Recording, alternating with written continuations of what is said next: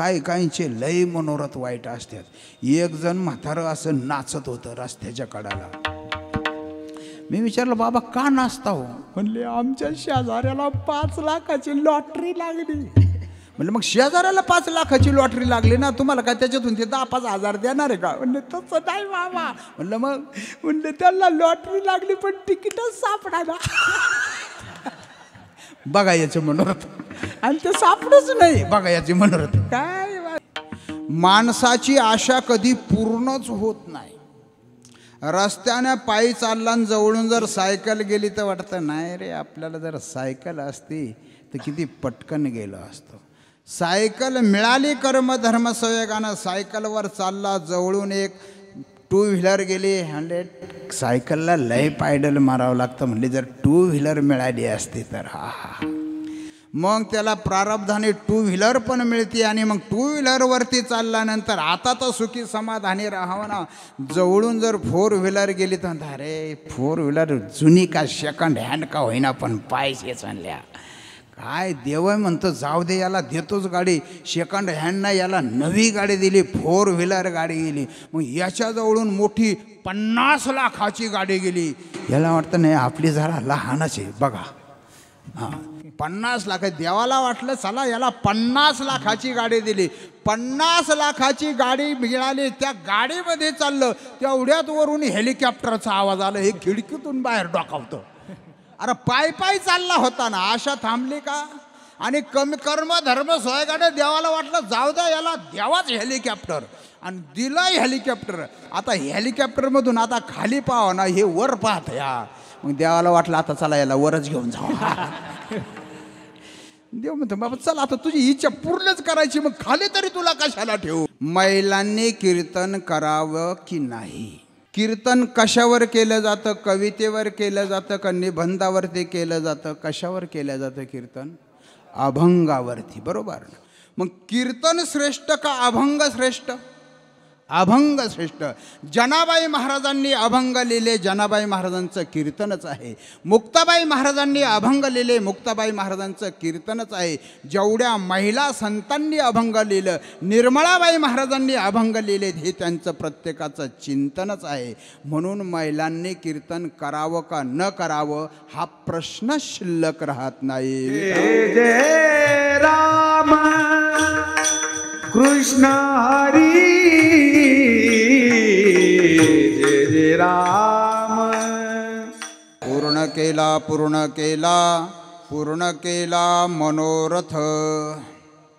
आनंदकंद.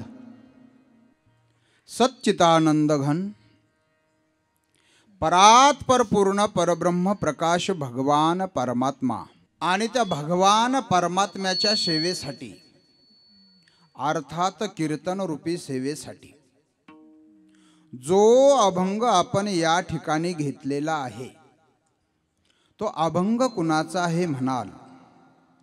पांडुरंग रायाचे एकनिष्ठ भक्त, गुरुनिष्ठ म्हणून ज्यांना ओळखल्या जातं असे महान गुरुनिष्ठ संत, ज्यांना भगवंताने 12 वेळेस भेट द्यावी असे असणारे महान संत, ज्यांच्या मुलीचं लग्न पांडुरंग परमात्म्याने स्वतः करावं असे असणारे महान संत, ज्यांना पांडुरंगाचं मंदिर बांधण्यासाठी स्वतः गुमस्त्याचं रूप घेऊन येऊन पैसे द्यावेत असे असणारे महान संत, पांडुरंग रायांनी त्यांच्या स्वप्नात जाऊन सांगावं, तळेगाव ढमढेरेच्या जवळ विठ्ठलवाडी आहे, त्या ठिकाणी भीमा नदी आहे आणि त्या भीमा नदीच्या डोहामध्ये आम्ही आलेलो आहोत, आम्हाला घेऊन जा. मग हे संत पालखी घेऊन आले, भीमा नदीच्या किनारी थांबले आणि पांडुरंगाची रुक्मिणी सहित पांडुरंगाच्या मूर्ती या संतांच्या हातावर आल्या आणि त्याच मूर्ती घेऊन निळोबाराय पिंपळनेरला गेले. कोणते संत? निळोबाराय. आणि एवढे लक्षणं सांगूनही जर एखाद्या भाग्यवंताच्या ध्यानात निळोबारायांचं नाव येत नसेल तर तो भाग्यवंत कमीत कमी आपल्या कार्यक्रमात ठेवण्याच्या लायकीचा नाही. तुम्ही म्हणा, मी नाही म्हणणार रे बाबा. बड़ा वो नहीं होता है जो अपना नक्शा खड़ा कर दे. अरे भाई बड़ा तो वो होता है जो छोटों को भी बड़ा कर दे. महको तो ऐसे महको फूलों को भी होश आ जाए.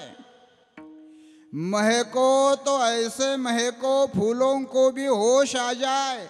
अरे भाई तालियां बजानी है तो ऐसे बजाओ हमें भी जोश आ जाए.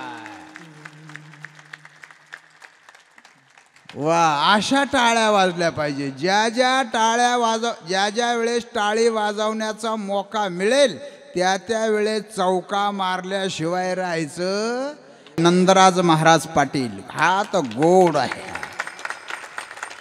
मी एका ठिकाणी असंच म्हटलं, मृदंगाचार्यांचा हात गोड आहे. कीर्तन झाल्यानंतर एक बाबा माझ्याकडे आले.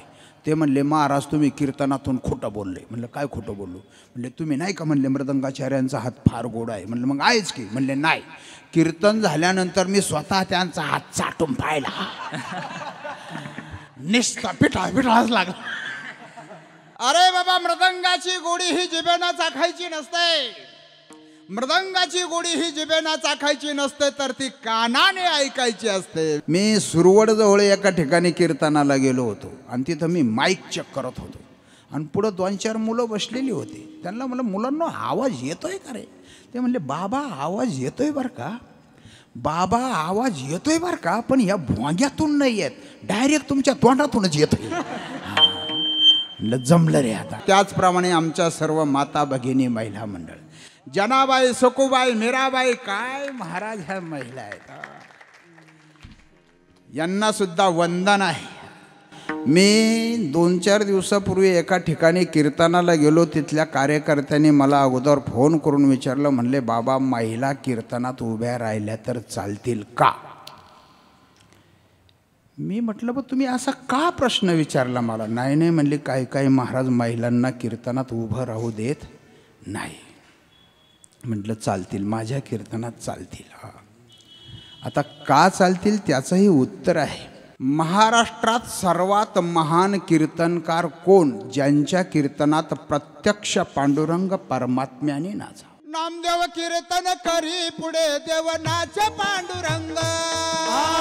नामदेव कीर्तन करी पुढे देव नाच पांडुरंग. नामदेव कीर्तन करी पुढे देव नाच पांडुरंग. नामदेव कीर्तन करी पुढे देव नाच पांडुरंग.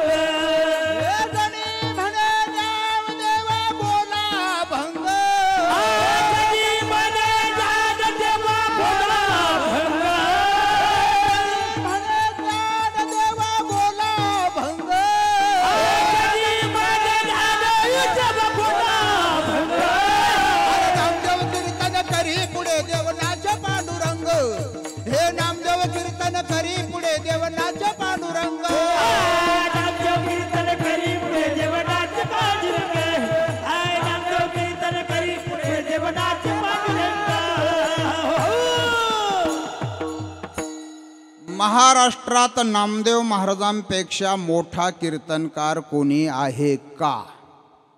पटापट उत्तर द्या. नामदेव महाराजांपेक्षा मोठा कीर्तनकार महाराष्ट्रात कोणी आहे का? नामदेव महाराजांच्या कीर्तनात देव नाचत होते, देव. आमच्या कीर्तनात टाळकरी लवकर नाचत नाही. हा, पण चाळक बाबाच्या कीर्तनात देव नाच. नाचू कीर्तनाचे रहेंगे, नाचू कीर्तनाचे रहेंगे. नाचू कीर्तनाचे रहेंगे, नाचू कीर्तनाचे रहेंगे.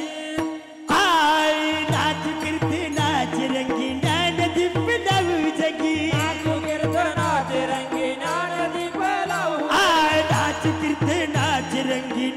दीपना पूजगी कीर्तनाचे रंगी ज्ञानदीप लावा आई ज्ञान दीपना पूजगी ज्ञान दीपना पूजगी नाचे कीर्तनाचे रंगी नाचू कीर्तनाचे रंगी नाचू कीर्तनाचे रंगी नाचो कीर्तनाचे रंगी नाचू कीर्तनाचे रंगी नाचू कीर्तनाचे रंगी नाचू कीर्तनाचे गीता नाचू कीर्तनाचे रंगी ज्ञानदीप लावू जगी. मी विषय सांगत होतो की माझ्या कीर्तनात देव नाचला. तुम्ही म्हणाल तुमच्या कीर्तनात? हो, माझ्या कीर्तनात देव नाचला. एक प्रमाण मी म्हटलो होतो, मोठ्या आवाजात म्हटलो होतो. हरी अनादि निर्गुण निर्गुण प्रगटली भवानी निर्गुण निर्गुण प्रगटली भवानी महिषासुर महिषासुर मर्दनाला गुण महिषासुर मर्दना लागली तापाची तापाची करावया झाडली तापाची करावया घालली तो पावस निर्वाणी ऐसा जोगबा मागिला ऐसा जोगबा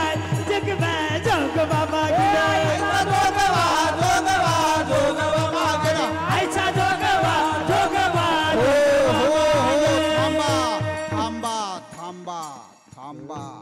थांबा थांबा थांबा.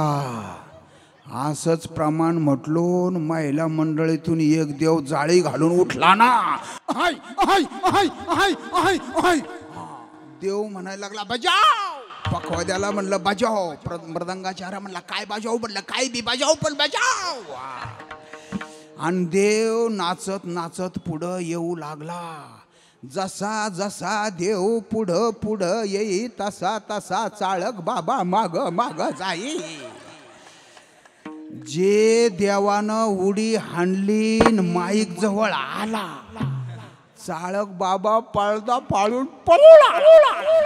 आजूक त्या गावात गेला नाही. माझ्या कीर्तनात हे देव नाचत्यात. तुम्हाला काय वाटलं पांडुरंग नाचतो का? पांडुरंग फक्त नामदेव महाराजांच्या कीर्तनात नाचले. कोणाच्या कीर्तनात? नामदेव महाराजांच्या. मग मला सांगा, नामदेव महाराजांपेक्षा मोठा कीर्तनकार महाराष्ट्रात आहे का? नाही. आता पटकन उत्तर द्यायचं, ध्यान करून उत्तर द्यायचं आणि प्रत्येकाने उत्तर द्यायचं. नामदेव महाराजांचे गुरु कोण? नामदेव महाराजांचे गुरु विसोबा खेचर. बरोबर. विसोबा खेचरांचे गुरु कोण? तर विसोबा खेचरांच्या गुरु मुक्ताई महाराज. कोण? मुक्ताई महाराज. मग कीर्तनकाराची मूळ परंपरेचे आदिगुरु कोण झाली आता? मुक्ताई महाराज. म्हणजे कीर्तनाचा खरा अधिकार पुरुषांचा का महिलांचा? पुरुषांचा का महिलांचा? हा. मग आम्हाला जर कीर्तन करायचं असेल तर यांना विचारावं लागेल करू का? ह्या जर हा म्हणल्या तर आम्ही कीर्तन करायचं. हा. मग यांनी आम्हाला विचारायचं नाही. महिलांनी कीर्तन करावं की नाही? कीर्तन कशावर केलं जातं? कवितेवर केलं जातं का निबंधावरती केलं जातं? कशावर केलं जातं कीर्तन? अभंगावरती. बरोबर. मग कीर्तन श्रेष्ठ का अभंग श्रेष्ठ? अभंग श्रेष्ठ. जनाबाई महाराजांनी अभंग लिहिले, जनाबाई महाराजांचं कीर्तनच आहे. मुक्ताबाई महाराजांनी अभंग लिहिले, मुक्ताबाई महाराजांचं कीर्तनच आहे. जेवढ्या महिला संतांनी अभंग लिहिलं, निर्मळाबाई महाराजांनी अभंग लिहिले, हे त्यांचं प्रत्येकाचं चिंतनच आहे. म्हणून महिलांनी कीर्तन करावं का न करावं हा प्रश्न शिल्लक राहत नाही. ज्यांचं ज्यांचं या कळसाला योगदान आहे त्या सर्व दानदात्यांना मनापासून धन्यवाद. जगामध्ये पैशावाले फार आहेत, जगामध्ये पैशावाले फार आहेत, परंतु सर्वांचा पैसा आध्यात्मिक क्षेत्रामध्ये येईलच याची गॅरंटी नाही. आणि ज्याचा पैसा आध्यात्मिक क्षेत्रामध्ये येतो समजायचं त्याच्या वाडवडिलांनी पुण्याई केलेले आहे. कुळी कन्या पुत्र होती जे सात्विक तयाचा हरी कुळी कन्या पुत्र होती जे सात्विक आई गिळगिळ होती जे सात्विक कुळी कन्या पुत्र होते जे सात्विक कुळी कन्या पुत्र होते जे सात्विक कुळी कन्या पुत्र कुळी कन्या पुत्र होती जे सात्विक कुळी कन्या पुत्र होती जे सात्विक कुळी कन्या पुत्र होती आई कुळी कन्या पुत्र होती जे सात्विक तयाचा हरी वादे देवा कुळी कन्या पुत्र होती जे सात्विक तयाचा हरी वाटे आय कुळी कन्या पुत्र होती जे सात्विक तयाचा हरी देवा कुळी कन्या पुत्र होती जे सात्विक तयाचा हरी वाटे आय तयाचा हरी वादे देवा तयाचा हरी वादे देवा ओय तयाचा हरी वादे देवा आई कुलकड पुत्र हाय वतीने सात्विक आई कुलकड पुत्र वतीने सात्विक कुलकन्या पुत्र होते जे सात्विक कुलकन्या पुत्र होते जे सात्विक होते जे सात्विक होते जे सात्विक कुळी कन्या पुत्र होती जे सात्विक तयाचा हरिक वाटे देवा. जे सात्विक पुत्र आहे, सात्विक कन्या आहे, अशाच माणसांचं द्रव्य या मंदिरासाठी येऊ शकतं. काही काहींची देण्याची इच्छा असते, घरात द्रव्य असतं तरी सुद्धा देण्याचं प्रारब्धात नसतं. काही काहींच्या घरात द्रव्य नसतं परंतु देण्याची इच्छा असते, परंतु देता येत नाही. म्हणून ज्यांचं ज्यांचं योगदान या कार्यक्रमामध्ये त्या सर्वांचं मनापासून ऋण व्यक्त करतो. आणि आज आपल्या मंदिराचं पूर्णत्व झालेलं आहे. कळस स्थापनेच्या वेळेसही मी सांगितलं की मंदिर तेव्हाच पूर्ण होतं की ज्या वेळेस कळस होईल. कळस म्हणजे पूर्णत्व आहे. एकदा पूर्णत्व आलं की मग त्याच्यानंतर त्याच्या सर्व आशा आकांक्षा संपल्या जातात. त्याला म्हणायचं पूर्णत्व. आमच्या संतांच्या ठिकाणी पूर्णत्व आहे. संतांच्या जवळ एकही आशा शिल्लक राहिली नाही, आकांक्षा शिल्लक राहिली नाही, अपेक्षा शिल्लक राहिली नाही, म्हणून तिथं पूर्णत्व आहे. माणसाची आशा कधी पूर्णच होत नाही. रस्त्याने पायी चालला आणि जवळून जर सायकल गेली तर वाटतं नाही रे, आपल्याला जर सायकल असती तर किती पटकन गेलो असतो. सायकल मिळाली कर्मधर्म संयोगानं, सायकलवर चालला, जवळून एक टू व्हीलर गेली, म्हणले सायकलला लय पायडल मारावं लागतं, म्हणले जर टू व्हीलर मिळाली असती तर हा हा. मग त्याला प्रारब्धाने टू व्हीलर पण मिळते आणि मग टू व्हीलरवरती चालल्यानंतर आता तर सुखी समाधानी राहावं ना. जवळून जर फोर व्हीलर गेली तर अरे फोर व्हीलर जुनी का सेकंड हँड का होईना पण पाहिजेच म्हणल्या. काय देव म्हणतं जाऊ दे याला देतोच गाडी, सेकंड हँड नाही याला नवी गाडी दिली, 4 व्हीलर गाडी गेली. मग याच्याजवळून मोठी 50 लाखाची गाडी गेली. याला वाटतं नाही आपली जरा लहानच आहे. बघा 50 लाख, देवाला वाटलं चला याला 50 लाखाची गाडी दिली. 50 लाखाची गाडी मिळाली, त्या गाडीमध्ये चाललं, तेवढ्यात वरून हेलिकॉप्टरचा आवाज आला. हे खिडकीतून बाहेर डोकावतं. अरे पायी चालला होता ना, आशा थांबली का? आणि कमी कर्म धर्म सोयगाडे देवाला वाटलं जाऊ द्या याला देवाच हेलिकॉप्टर, आणि दिलंय हेलिकॉप्टर. आता हेलिकॉप्टरमधून आता खाली पाहा ना, हे वर पाहत या. मग देवाला वाटलं आता चला याला वरच घेऊन जाऊ.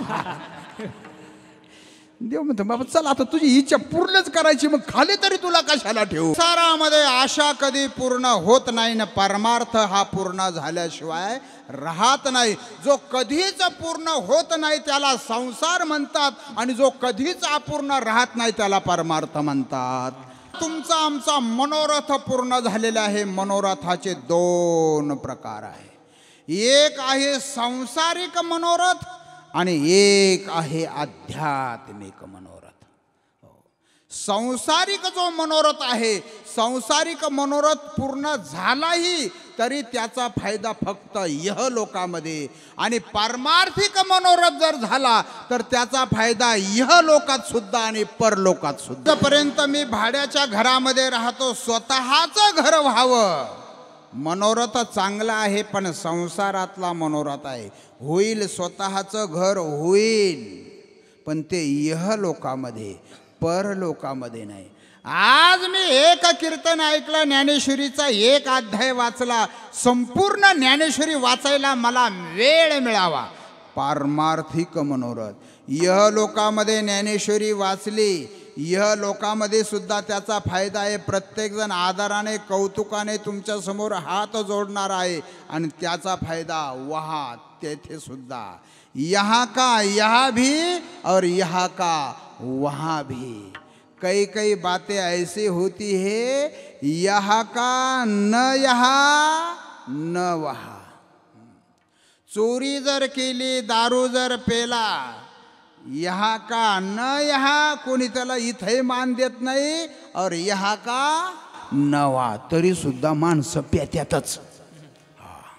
एक जण 5 वाजता पिलं, रस्त्यानं चाललं, धपकन गटारात पडलं. मोठं गटार होता. पडल्या हातपाय हलायला लागलं, आणि हातपाय हलवता समोरून 2-4 डुकरीनी आल्या चरत. एका डुकरीनीची शेपटी याच्या हातात आली. हे शेपटी ओढीत म्हणायला लागलं, पिंकीची मम्मी कवापासून येणे घालायला लागले गड्या. पिंकीची मम्मी कवापासून येणे घालायला लागले गड्या. हिचा तर बाप कटवाट.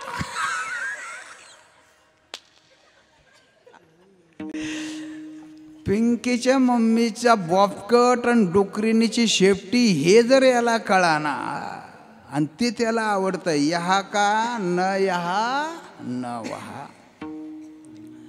मद तया नाही देह भाव, मद तया नाही देह भाव, मद तया नाही देह भाव, मद तया नाही देह भाव.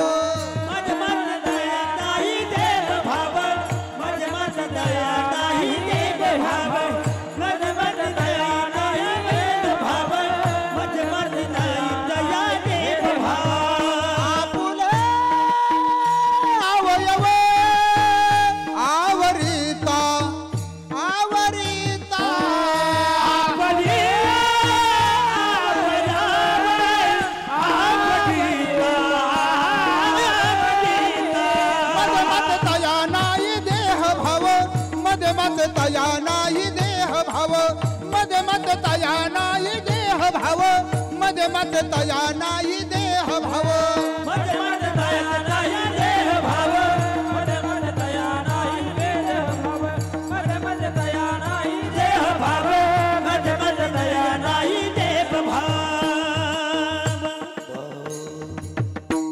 मदे माते तया नाही देह भाव, आपुले अवयव आवरिता. दारू पिणाऱ्याचं देह भाव सुद्धा राहत नाही. म्हणजे याचा अर्थ असो ऐसा कोठे आठवचे नाही, देहीची विदेही भोगू दशा हे नाही बरं का. ते देहावर राहत नाही, परंतु म्हणजे याचा अर्थ ते विदेही अवस्थेत आहे असं नाही, ते बेशुद्ध अवस्थेमध्ये जातं. यहा का न यहा न वहा अशी ही अवस्था आहे. म्हणून मनोरथ करायचे असेल, संसाराचे जरी मनोरथ करायचे असेल तर चांगलेच मनोरथ करावं आणि परमार्थाचे मनोरथ करणं हे केव्हाही श्रेष्ठ आहे. आपल्या सर्व गोंधळे नगरच्या सर्व मंडळीने या ठिकाणी मनोरथ केला, पांडुरंगरायाचं मंदिर व्हावं मनोरथ केला. प्रत्येक जण झटला, प्रत्येकाने आपल्या कमाईतला खारीचा वाटा थोडा थोडा का होईना, थोडा थोडा का होईना दिला आणि मंदिर केलेलं आहे. आणि थोडं थोडं जसं येईन तसं काम करत, जसं येईन तसं काम करत कळसाचं काम केलेलं आहे. आणि कळसाचं काम झाल्याच्या नंतर प्रत्येकाला वेद लागले होते, बस आता आमच्या मंदिराचा कळस होणार, बस आता आमच्या मंदिराचा कळस होणार. आणि प्रत्येकाचं हे जे मनोरथ आहे आजच्या घडीला दुपारी 1 वाजता पूर्ण झालं. आपला मनोरथ पूर्ण झालं. हे जर अभंगाला जर लावलं तर निळोबाराय आजच्या अभंगाच्या प्रथम चरणात पूर्ण केला.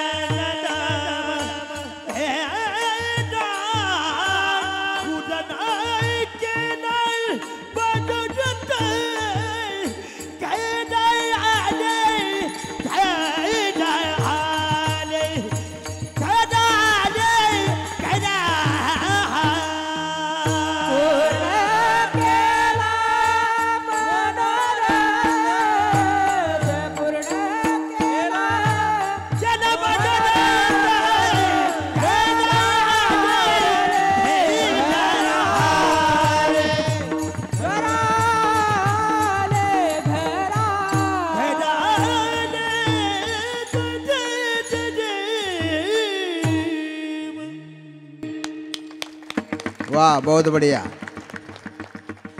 पूर्ण केला पूर्ण केला पूर्ण केला मनोरथ. आज आपला सर्वांचा मनोरथ पूर्ण झाला. प्रमोदजी ननवरे साहेब यांचे सर्व शिष्यमंडळ, सर्व भजनी मंडळ, प्रत्येक भाविक, प्रत्येक कार्यकर्ता या सर्वांचा मनोरथ आज पूर्ण झाला. घर तर बांधतात हो माणसं, स्वतःसाठी तर कोणीही बांधेल हो, दुसऱ्यासाठी बांधलं पाहिजेत. आज माझ्या पांडुरंगाचं मंदिर पूर्ण झालेलं आहे. काय केवढा मोठा आनंद, केवढा मोठा सोहळा. ब्राह्मण काकाने सुंदर अशी पूजा या ठिकाणी मांडली होती, सुंदर मंत्रोच्चार होते. हो, मला जेवढा वेळ जिथं जिथं मिळेल कळस्थापनेला गेल्यानंतर तेवढा वेळ ती सगळी पूजा मी पाहतच असतो ना ऐकतच असतो. 5700 किती कळस झाले आता आपले? 5700 45. आता 43 नाही, आता किती? 45. एवढे कळस आपण बसवले, एवढ्या पूजा पाहिल्या, एवढे नियोजन पाहिले. परंतु आपलं जे काही मंडळ आहे, आपलं जे महिला मंडळ आहे, पुरुष मंडळ आहे, यांचं नियोजन बाकी. नियोजन यांच्यासाठी टाळ्याच. यांच्यासाठी टाळ्याचा असं मनोरथ पूर्ण झाला, चांगला मनोरथ पूर्ण झाला. काही काहींचे लय मनोरथ वाईट असतात.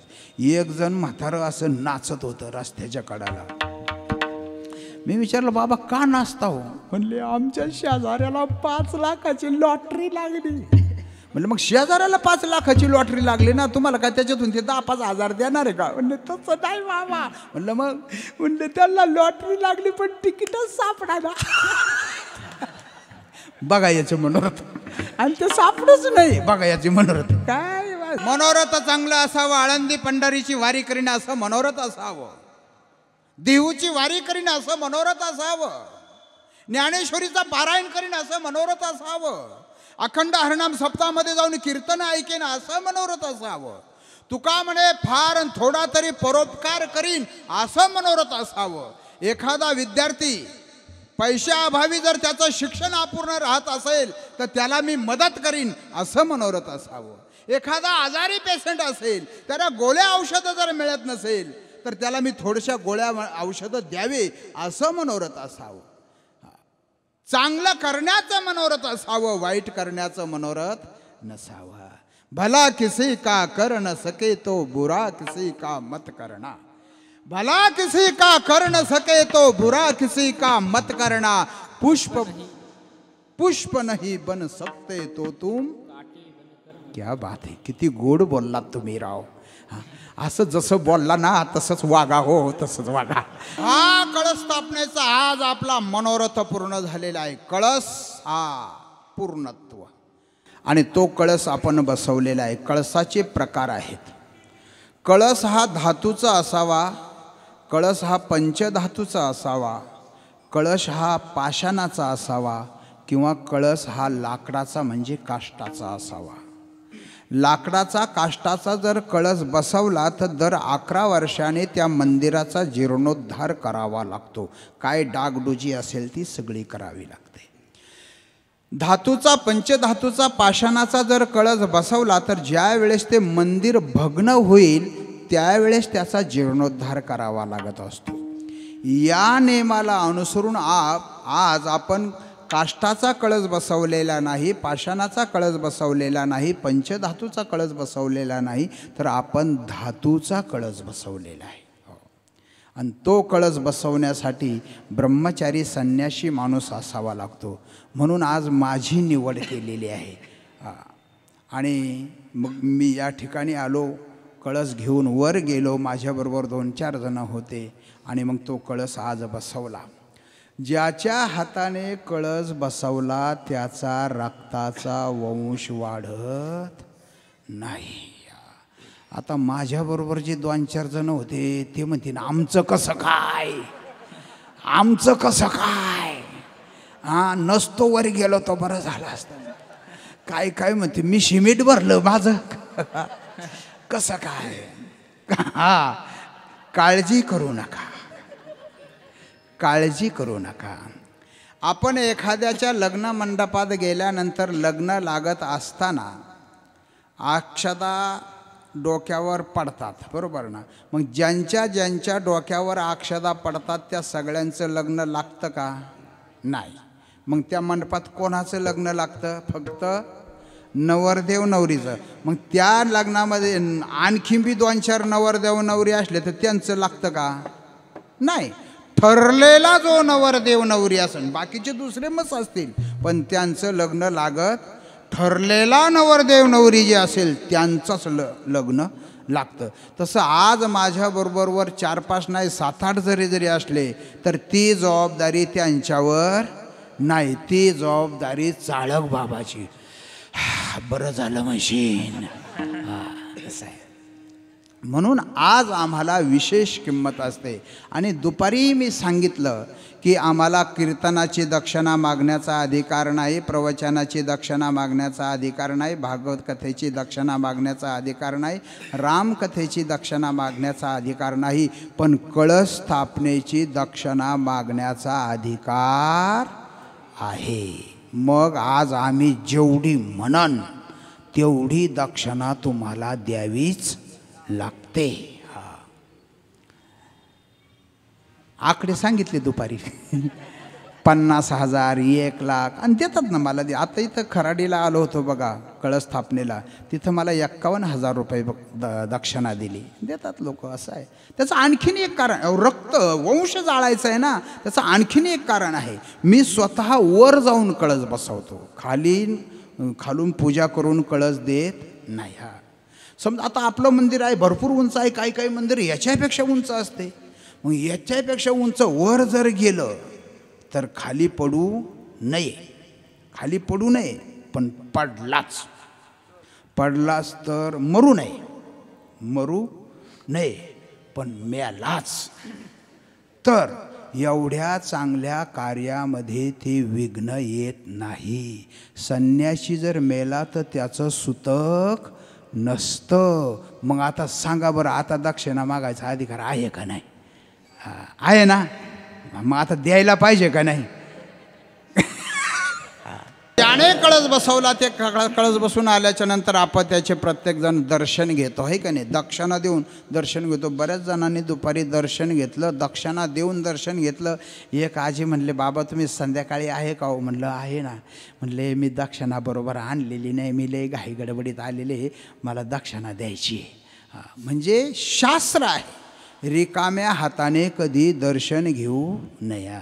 आणि त्याचं आणखीन एक कारण असं आहे, ज्या व्यक्तीनं कळस स्थापना केली त्या व्यक्तीचा रक्ताचा वंश जर तो जाळू शकतो तर तुमच्या घरातले अरिष्ट का जाळू शकत नाही? म्हणून तुमच्या घरातले अरिष्ट जळल्या जातात, पैसा येण्याचा मार्ग मोकळा होतो, अडचणी ज्या असेल ते दूर होतात. हे असे शास्त्र सांगतात महाराज. असं आहे. म्हणून आजच्या घडीला कळस स्थापना चाळक बाबांच्या हस्ते पूर्णत्वाला गेलेली आहे, झालेली आहे, असं मी जाहीर करतो.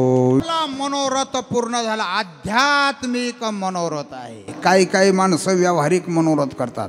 एक जण काचीच्या बरण्या विकत होता आणि 2-4 बरण्या असायच्या त्या टोपलीमध्ये. एक चालता एका झाडाखाली बसला, दुपारची वेळ होती, समोर ती काचेची बरणीची पाठी ठेवली, 4 बरण्या होत्या, त्याच्यात झाडाला पाठ टेकून बसला, लागला मनोरथ करायला. बस म्हणले एवढ्या बरण्या विकल्या ना की आणखीन जास्त बरण्या खरेदी करतो, आणि मग तेवढ्या विकल्या ना का मग जरा आणखीन पैसे नफा येईल, मग जरा 15-20 बरण्या खरेदी करतो, आणि मग जास्त नफा आला का एक मोडकी तोडकी सायकल घेतो म्हणले, आणि मग त्याच्यावर बरण्या विकतो म्हणले. आणि मग जास्त नफा आला का म्हणले मग एक स्कूटी एमेटीच घेतो म्हणले, मग त्याच्यावर बरण्या विकतो. आणि मग एखादी जुनी पाडी चांगली मोठी गाडी घेऊन मग त्याच्यावर जरा जास्तच नफा आला का मग छोटा टमटम घेतो म्हणले. आणि मग बाकी भरपूर नफा आला ना, बसला कुठं? चिंचाच्या झाडाखाली पाठ टाकून. मग म्हणले एक छोटंसं दुकान टाकणार, आणि मग चांगला नफा आला का मग लग्न करणार. तसं लग्न करणार नाही. आणि मग काय, मूलबाळ झाल्याच्या नंतर मग ती म्हणणार चला जेवायला. मग मी विचारन काय भाजी केली? ती म्हणणार वांगे. मला वांग्याची भाजी नको, हे लात मारीन तुला. आणि मारली ना लात. कशाला? बरण्याला. 4 फुटून गेल्या.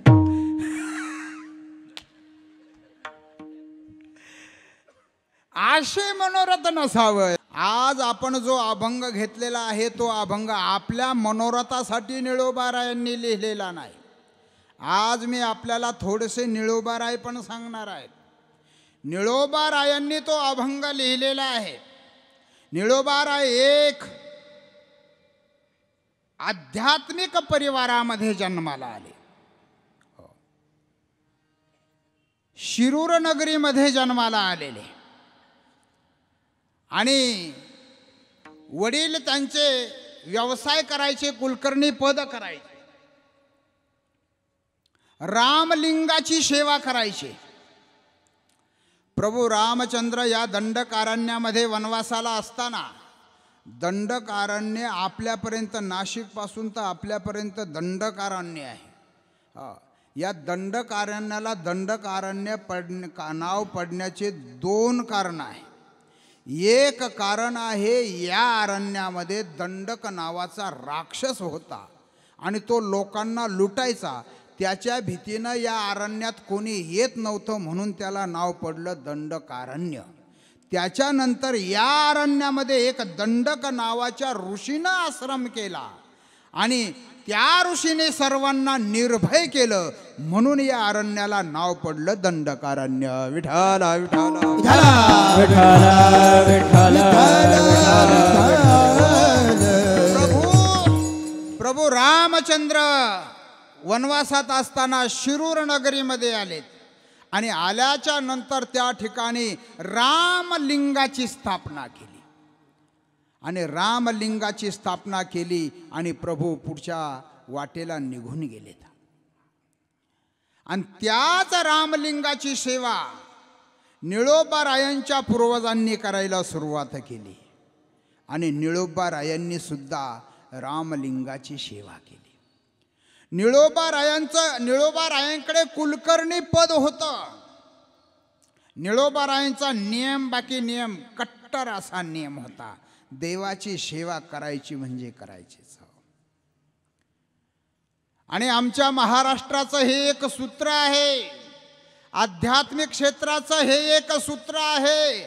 आमच्या कुठल्याच संतांना आमच्या लोकांनी त्रास दिल्याशिवाय सोडलं नाही. ज्ञानोबारायांना त्रास दिल्याशिवाय सोडलं नाही, तुकोबारायांनी त्रास दिल्याशिवाय सोडलं नाही, नाथ महाराजांना त्रास दिल्याशिवाय सोडलं नाही आणि आमच्या निळोबारायांना सुद्धा त्रास दिल्याशिवाय सोडलं नाही.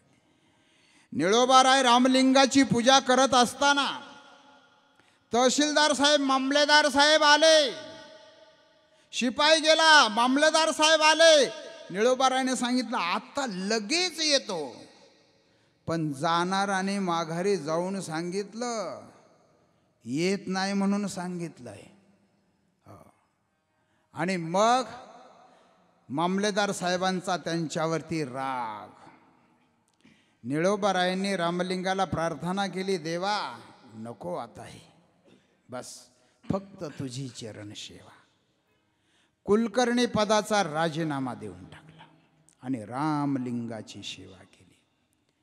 आणि रामलिंगाची सेवा करत असताना त्याच्यानंतर काही दिवसानं निळोबाराय पारनेरला गेले. त्या ठिकाणी राहिले. त्या ठिकाणी पांडुरंग परमात्म्याने निळोबारायांचं लग्न केलं, निळोबारायांच्या मुलीचं लग्न केलं. त्याच्यानंतर निळोबाराय पारनेरवरून परत पिंपळनेरला आलं. चरित्र फार मोठं आहे परंतु आपल्याकडं एवढा वेळ नाही म्हणून मी तुम्हाला शॉर्टमध्ये सांगतो. पिंपळनेरला आल्या आणि पिंपळनेरला आल्याच्या नंतर निळोबारायांना भगवान परमात्माने वाघाच्या रूपामध्ये दर्शन दिलेलं आहे. एकंदरीत 12 वेळेस निळोबारायांना भगवंताचं दर्शन झालेलं आहे. आणि निळोबारायांच्या कानावर शब्द आले की एक महात्मा आहे, असा महात्मा आहे की ज्यांची जीभ जर धरली. रामकृष्ण हरी. आमचे गरड गुरुजी या ठिकाणी आले, त्यांचं आपण सर्वजण टाळ्या वाजवून स्वागत करूया.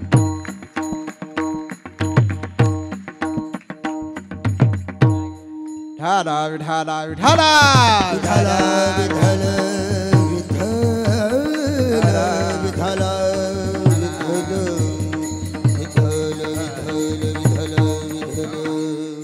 परत एकदा गुरुजींसाठी जोरदार टाळ्या.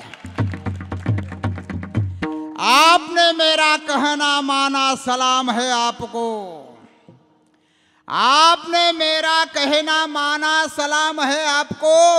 दुआ करूंगा भगवान को सुखी रखे सबको. तुकोबारायांची कीर्ती निळोबारायांच्या कानावर गेली. निळोबारायांनी ठरवलं तुकोबारायांना गुरु करायचं आणि माणसाने गुरु करावाच. पण गुरु असा तसाही करू नका. माणसाने, मी तर म्हणतो आता माणसाने माणसं गुरु करायचं सोडून द्या. माणसाने संतांना गुरु करा, माणसाने ग्रंथांना गुरु करा. जीवनाचं कल्याण झाल्याशिवाय राहणार नाही. गुरु कसा असावा? ज्ञान यांचा राजा गुरु महाराव म्हणती, ज्ञानदेव तुम्हा ऐसे. ज्ञान यांचा राजा गुरु महाराव म्हणते, ज्ञानदेव तुम्हा ऐसे. ज्ञान यांचा राजा गुरु महाराव म्हणते, ज्ञानदेव तुम्हा ऐसे.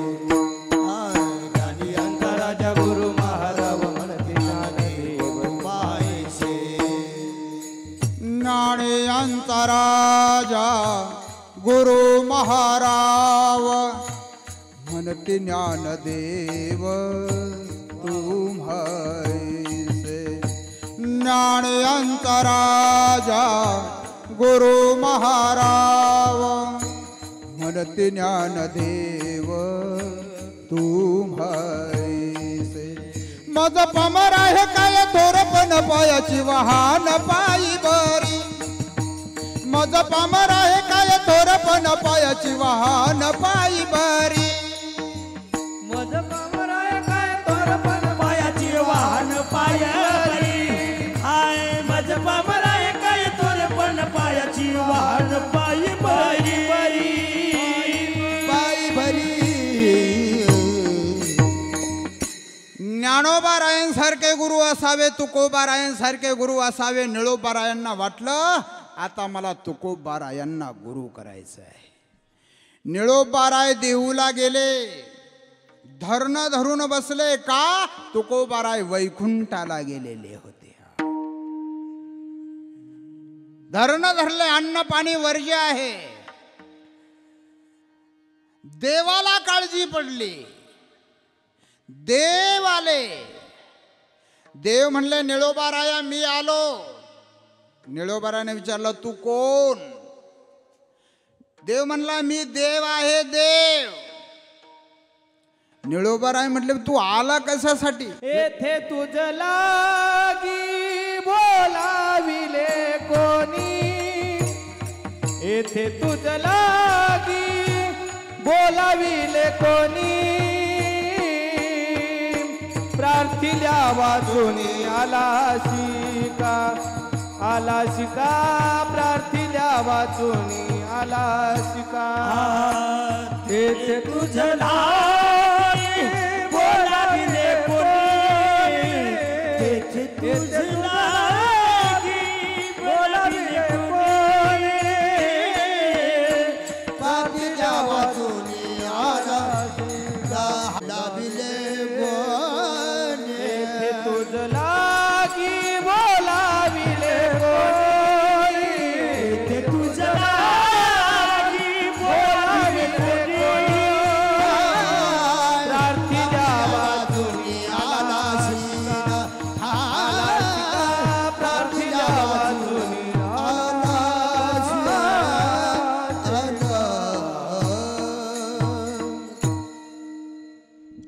निळोबाराय म्हटलं देवा तुला इथं बोलावलं कोणी आणि बोलावल्याशिवाय का आलास काही ठिकाणं असे आहे बोलावलं तरच जावं लग्नामध्ये साखरपुड्याला हळदी कुंकवाला वास्तुशांतीला बोलावलं तरच जावं बोलावलं नाही तर जाऊ नाही काही ठिकाणे असे आहे बोलावलं तरी जाऊ नये दारू प्यायला चोरी करायला आता पुढचं सगळं तुमच्या ध्यानात आलं असं हां असं लय पटापटा ध्यानात येते या बोलावलं तरी जाऊ नये जुगार खेळायला बोलावलं तरी जाऊ नये एक जुगार खेळले पांडव बरोबर पांडव जुगार हरले 12 वर्षाचा वनवास पांडव जुगार हरले 12 वर्षाचा वनवास कौरव जुगार जिंकले आयुष्याचा सर्वनाश एक ठिकाण असं आहे बोलावलं नाही तरी जावं कुठं कीर्तन प्रवचन भागवत कथा मंदिरामध्ये दर्शनाला बरोबर एवढे जे काही आहेत ना इथं बोलावलं नाही तरी जावं एखाद्याच्या मैतीला मूर्ती प्राण प्रतिष्ठेला बोलावलं नाही तरी जावं कळस स्थापनेला बोलावलं नाही तरी जावं कळस स्थापनेमध्ये मूर्ती स्थापनेमध्ये देणगी मागितली नाही तरी द्यावी याचं कारण आहे या ठिकाणी जर दिलं तर पुढच्या जन्मामध्ये अनंत पटीनं मिळतं आणि अत्यंत श्रीमंत कुळामध्ये जन्म मिळतो निळोबाराय म्हणते तुला मी बोलावलेलं नाही अरे म्हणले पण मी आलो या बसा तरी म्हण ना नाही तुला बोलावलंच नाही ना अरे जे जपी तपी संन्यासी 60-60 हजार वर्ष तपश्चर्या करतात त्यांच्या स्वप्नात तू जात नाहीस आणि इकडं माझ्याकडं बिना बोलावता जा त्यांच्याकडं. शेवटी राहवलं नाही. देव परत वैकुंठाला गेले. म्हणले आव तुकाराम महाराज तुमचा शिष्य म्हणले लई हट्ट धरून बसला, तुम्ही जा. आणि मग तुकाराम महाराज वैकुंठावरून आले. निळोबारायांना अनुग्रह दिला. निळोबारायांचा मनोरथ पूर्ण झाला आणि म्हणून निळोबाराय म्हटले पूर्ण केला पूर्ण केला पूर्ण केला मनोरथ. पूर्ण केला पूर्ण केला पूर्ण केला पूर्ण केला पूर्ण केला पूर्ण केला तुझने केला पूर्ण केला केला. वाह क्या बात है. पूर्ण केला मनोरथ घरा आले घरा आले घरा आले घरा पूर्ण केला मनोरथ पूर्ण केला मनोरथ घरा आले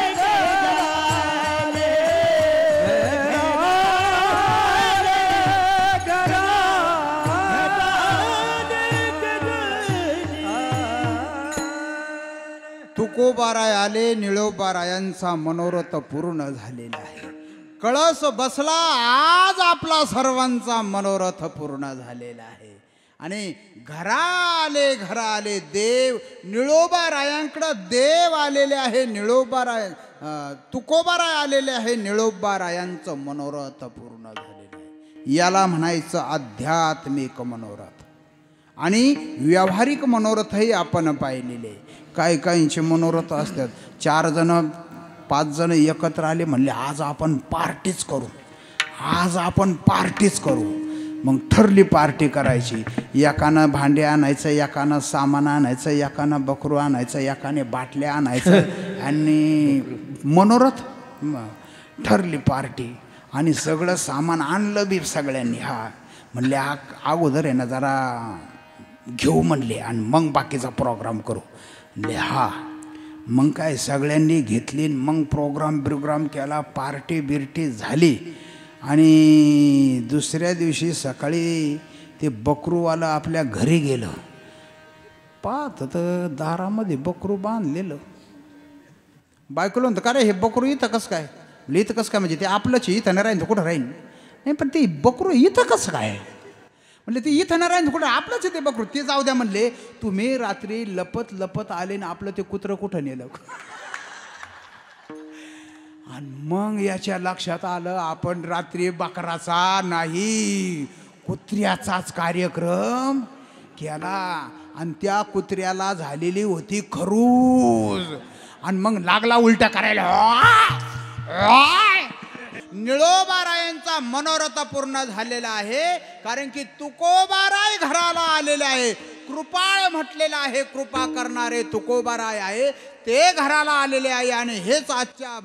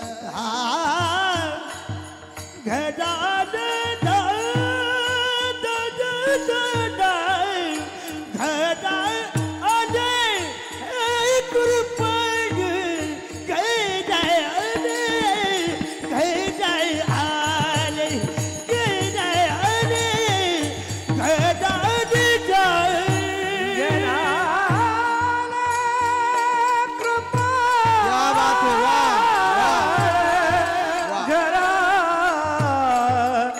आले कृपाळू घरा घरा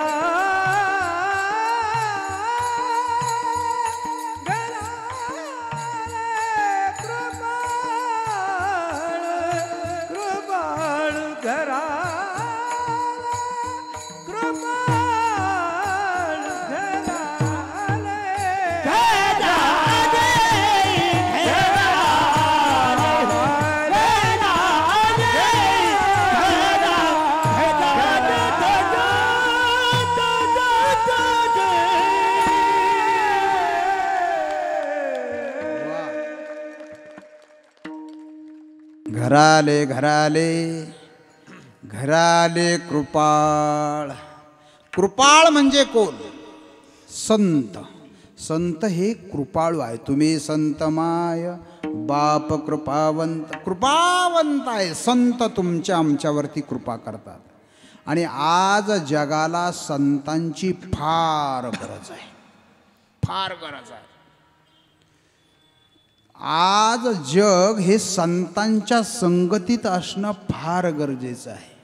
तुम्ही म्हणाल का? त्याचं कारण आहे मनुष्य हा संगतीनेच घडतो आणि संगतीनेच बिघडतो. असं आहे. संगत आहे ना. तुमचं आमचं जीवन सुद्धा संगतीनं घडतं आणि संगतीनं बिघडतं. तुम्ही आम्ही जे जगतो याला जीवन म्हणतात आणि जे पाणी आपण पितो त्या पाण्यालाही जीवन म्हणतात.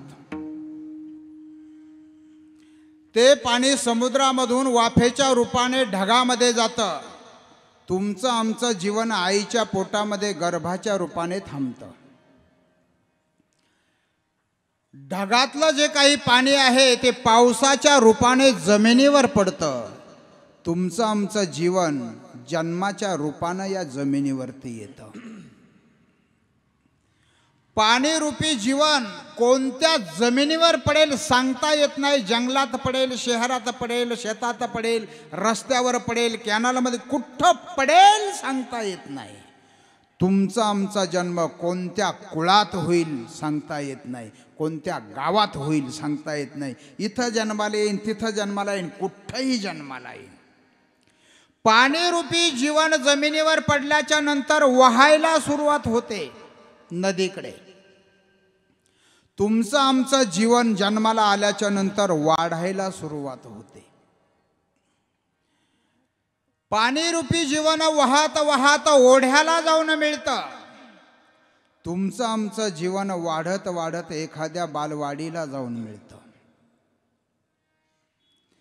पाणीरूपी जीवन ज्या जमिनीवरून वाहतं त्या जमिनीचे गुणधर्म घेऊन वाहतं.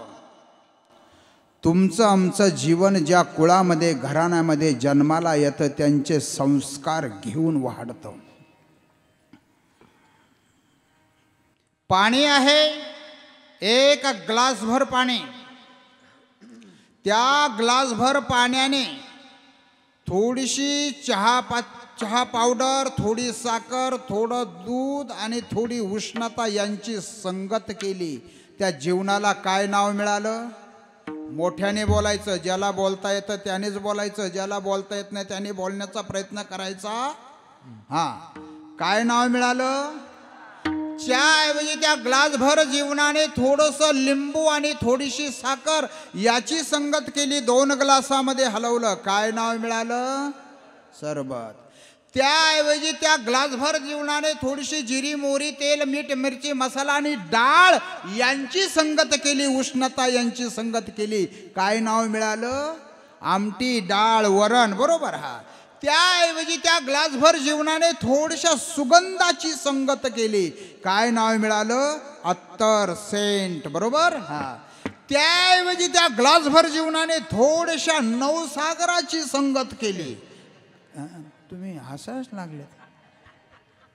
काय नाव मिळालं? दारू. बघा ना कशी पटापटा बोलली. दारू. आता चांगलं लक्ष द्या. चहा रूपी जीवनाची किंमत 10 रुपये आहे, सरबत रूपी जीवनाची किंमत 20 रुपये आहे, डाळ रूपी जीवनाची किंमत 50 रुपये झालेली आहे, अत्तर सेंट रूपी जीवनाची किंमत 100 रुपये झालेली आहे. दारू रूपी जीवनाची किंमत मला माहिती. त्याजावे अधमा संत सेवी, त्याजावे अधमा संत सेवी, त्याजावे अधमा संत सेवी, त्याजावे अधमा संत सेवी.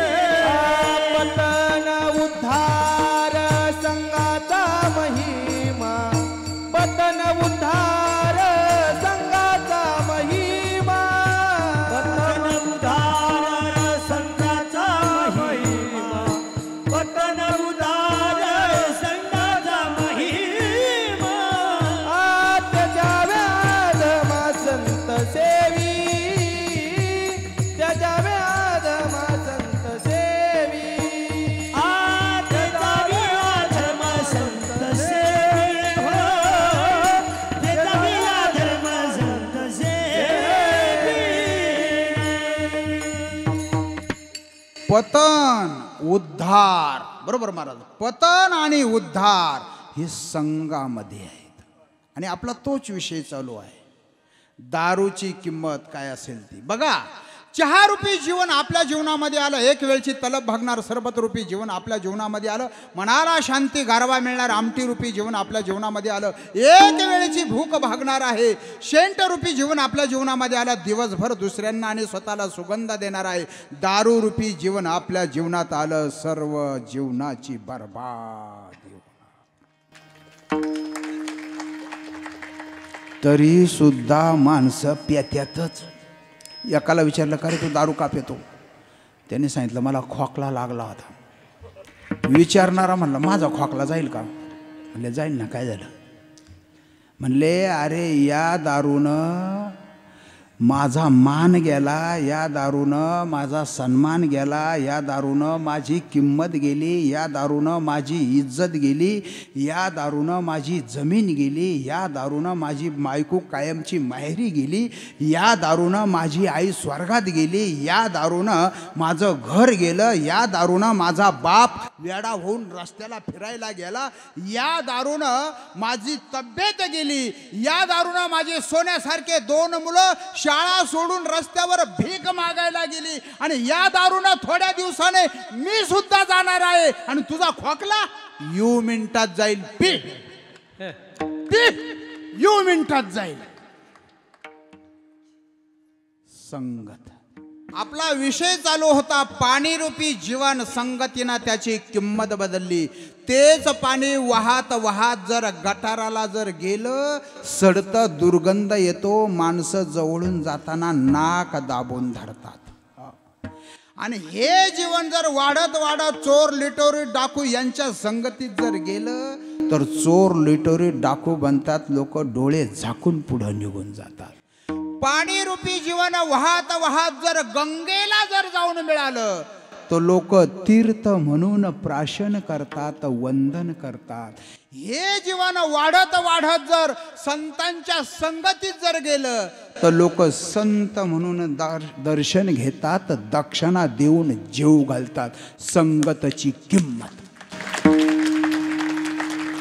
म्हणून निळोबा रायांकडं घरा आले कृपा. आज जगाला संतांची गरज का आहे? त्याचं कारण आहे संत तुम्हाला आम्हाला शिकवतात. करुणी सायास शिकविती. आता वेळ कमी बरं का, नाही तर गुरुजींना प्रमाण आणखीन म्हणायच लावलं असतं. शिकवतात. आज आम्ही आमच्या मुलांना शिकवतो. काय शिकवतो माहितीये? फक्त नोकरी मागायला शिकवतो. आज नोकरी मागणाऱ्या शिक्षणाची गरज नाहीये. आज जगाला अशा शिक्षणाची गरज आहे, नोकरी देणाऱ्या शिक्षणाची गरज आहे. आज जगाला शिक्षणाची कोणत्या शिक्षणाची गरज आहे? आज जगामध्ये बघा घरं वाढत चाललेली आहे, जमीन आटत चाललेली आहे, रस्ते वाढत चाललेले आहे, कॅनल वाढत चाललेले आहे, रेल्वे पट्ट्या वाढत चाललेले आहे, विमानतळं वाढत चाललेली आहे, कंपन्या वाढत चाललेल्या आहे, जमीन गुंतत चाललेली आहे. जमीन वाढत नाही, माणसं वाढतात, माणसं वाढतात. मग आज सगळी जमीन जर गुंतल्या गेली तर उद्या पिकवणार कशावरती आणि खाणार काय? पिकवायचं कशावरती आणि खाणार काय? या शिक्षणाची उद्या गरज आहे. आज कोणत्या शिक्षणाची गरज आहे? आज आपल्याकडे आकाश मोकळं आहे.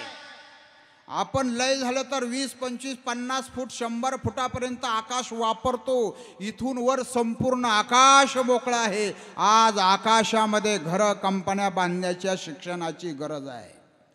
आज समुद्र आपल्याकडे मोकळा आहे. आज समुद्रामध्ये घरं कंपन्या बांधण्याची गरज आहे. या शिक्षणाची गरज आहे. तुम्ही म्हणाल असं शिक्षण असू शकतं? हो, असू शकतं. आज जर आम्ही चंद्रावर जर पाऊल टाकत असो, तिथपर्यंत जर आपण पोहोचत असेल तर इथं आपण हे शिक्षण का करू शकत नाही? आज पेट्रोल डिझेल हे संपणार आहे. आज आम्हाला पाण्यावरती गाड्या चालवणं, सूर्यप्रकाशावरती गाड्या चालवलं, बिना इंधनाची गाडी चालवणाऱ्या शिक्षणाची आज आम्हाला गरज आहे. आणि आज आम्हाला ते शिक्षण देणं गरजेचं आहे. तुम्ही म्हणाला असं शिक्षण असतं का? आहे. कोणी केलं? केलं. आमच्या ज्ञानोबारायांनी जी भिंत चालवली, त्या भिंतीला इंजिन होतं का? त्या भिंतीला डिझेल, पेट्रोल, रॉकेल काही लागलं का? CNG लागली का? बॅटरी लावलेली होती का? काहीच लावलेलं नव्हतं. ज्ञानोबारायांची भिंत चालली. अशा प्रगत शिक्षणाची आज गरज आहे. ज्ञानोबारायांनी भिंत चालवली हा चमत्कार नाहीये. ज्ञानोबारायांनी भिंत चालवली हा चमत्कार नाही, तर हे प्रगत विज्ञान आहे महाराज. आज आम्हाला एका दिवसाला खायला 1-1.5 किलो अन्न लागतं, बरोबर? आमचे पूर्वीचे योगी, जपी, तपी, संन्यासी 60-60 हजार वर्ष एका जाग्यावर बसत होते. अन्न पाणी तर सोडा, हवा सुद्धा ते घेत नव्हते. या शिक्षणाची गरज आहे. आणि खरं सांगू, हे सगळं ज्ञान आमच्या भारतात होतं आणि आपल्या भारतातून विदेशांनी ते नेलं आणि त्याच्यावरती ते आता प्रगती करत आहे. नाव त्यांचं आहे. तुम्हाला एक प्रश्न विचारतो, पटकन मोठ्या आवाजात उत्तर द्या. पाण्याने अग्नी पेटतो का विझतो? पाण्याने अग्नी पेटतो का विझतो? काय काय बोलले नाही, शंका आहे का? पाण्याने अग्नी पेटतो का विझतो? विझतो. आमचे संत ज्ञानोबाराय म्हणतात पाण्याने विझतो पेटला. कोण म्हणतं? ज्ञानोबाराय. आता मग ज्ञानोबाराय खरं बोलले का खोटं बोलले? मग पाण्याने अग्नी पेटतो का? मग आपलं खरं का ज्ञानोबारायांचं खरं? ज्ञानोबारायांचं खरं तर पाण्याने अग्नी पेटून दाखवा. घ्या, 1 लिटर पाणी देतो. सांगतो. एक मोठं धरण बांधलं, धरणाच्या खाली यंत्र लावले, पाणी त्या यंत्राच्या पात्यावर सोडलं, यंत्र फिरून लाईट तयार झाली, वीज बोर्डात गेली, तिथून ती डीपीमध्ये आली, डीपीमधून वायरमधून घरात आली, घरामध्ये बोर्डात आली, बोर्डामध्ये एक पिन खोसली, त्या वायरला खाली शेगडी जोडली, बटन दाबलं, शेगडी काय झाली? पेटली. शेगडी काय झाली? अग्नी काय झाला? मग ह्या अग्नीचं मुख्य कारण धरणातलं काय? पाण्याने अग्नी पेटतो का विझतो? पेटतो का विझतो? संतांचं वाक्य शिकणं गरजेचं आहे. म्हणून संत यावे आणि संतांनी तुमच्या आमच्यावरती कृपा करावी. घराले घराले घराले कृपाळ. आणि मग ते कृपाळ काय करतात? अभंगाच्या 3ऱ्या चरणामध्ये सांभाळिले सांभाळिले सांभाळिले सांभाळिले सांभाळिले सांभाळिले सांभाळिले सांभाळिले सांभाळिले सांभाळिले सांभाळिले सांभाळिले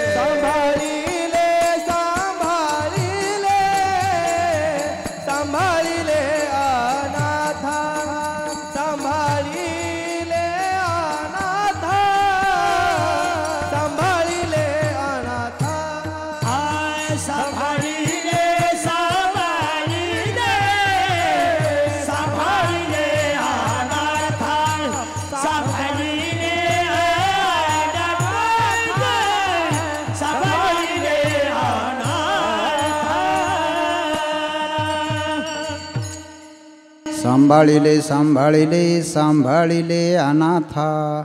संत तुम्हाला आम्हाला सांभाळतात आणि संतांनी सांभाळलं की आपल्या जीवनाचं कल्याण झालं म्हणून सांभाळ. आणि आजकाल आपल्याला सांभाळणं गरजेचं आहे. आपल्यापेक्षा आजकाल तरुण तरुणींना सांभाळणं फार गरजेचं आहे. फार म्हणजे फार गरजेचं आहे. आजकाल आमच्या तरुण तरुणींना बऱ्याचशा प्रकारचे वेगळे संस्कार दिलेले आहेत. आता प्रामाणिकपणाने सांगा, आपल्यापैकी एखाद्या आईबापाने आपल्या मुलीला सांगितलं का तू तुझ्या नवऱ्याला नावाने हाक मार? सांगितलं का कोणी? नाही. पण बऱ्याच मुली नवऱ्याला नावाने हाक मारतात. तो म्हणतो काय ग रेश्मा, ती म्हणते काय रे रमेश. बघा जशी काही याची आजी लागती.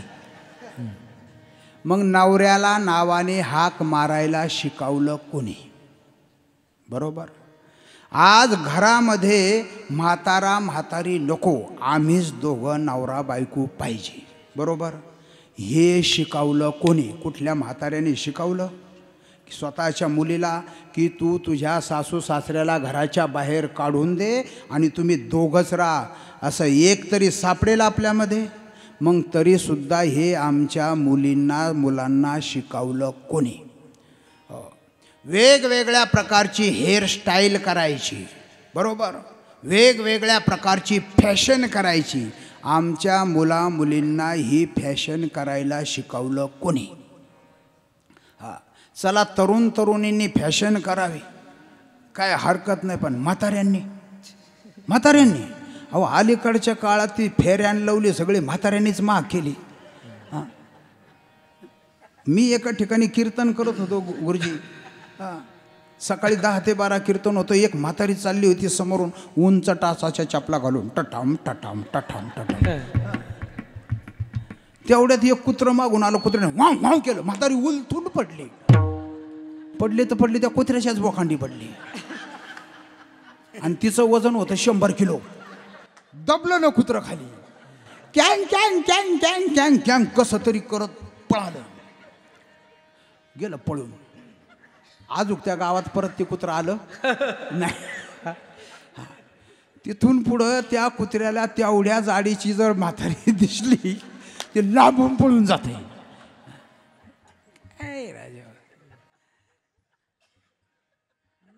छोड़ के दुनिया डंगे पुराना, छोड़ के दुनिया डंगे पुराना, क्यों बेडंगी हो गई.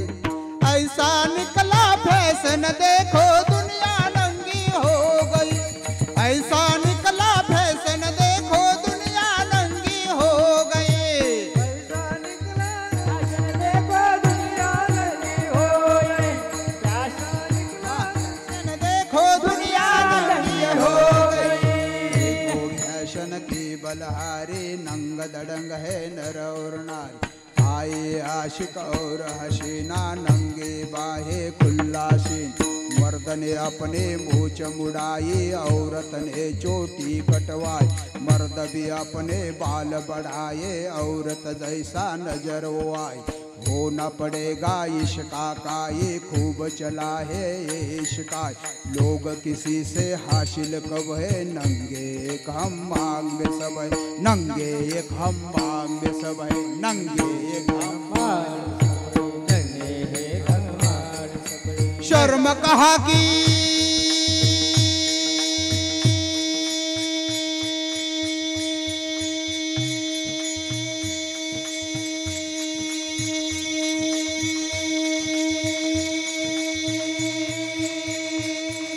शर्म कहा कि 33 शराफत दुनिया लफंगी हो.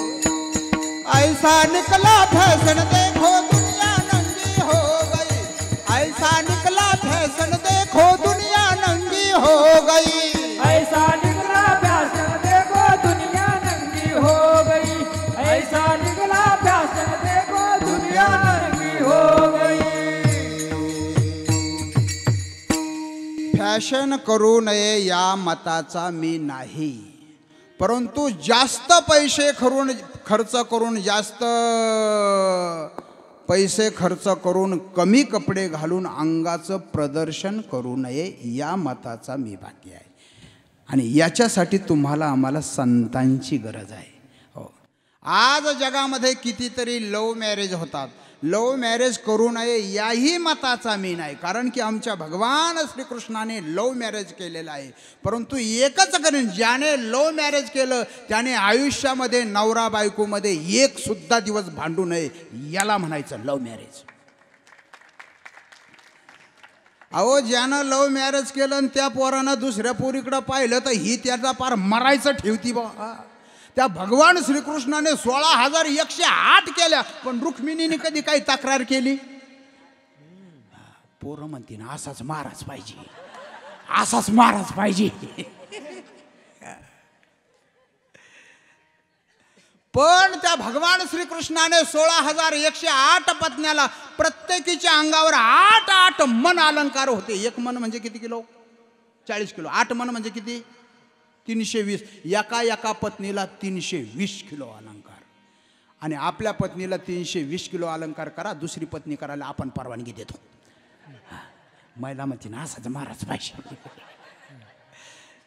असा महाराज नाही पाहिजे, संतांची संगत पाहिजे. विठाला विठाला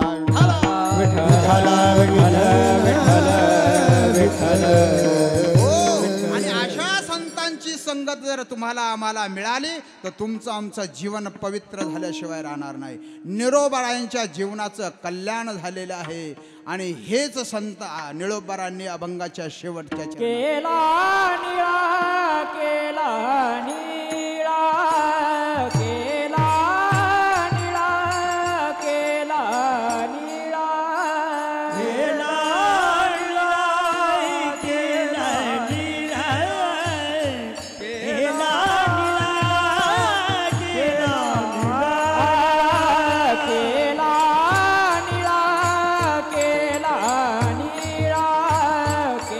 केला निळा केला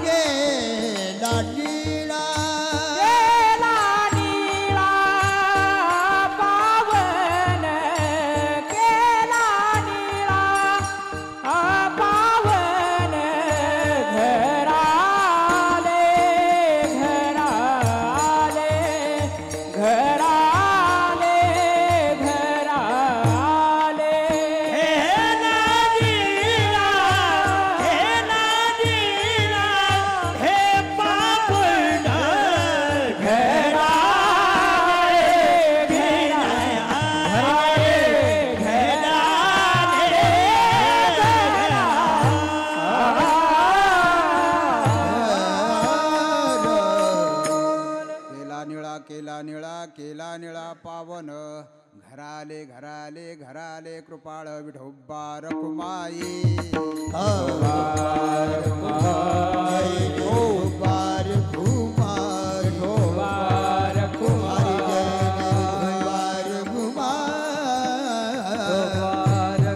टाळी वाजवा भजन करा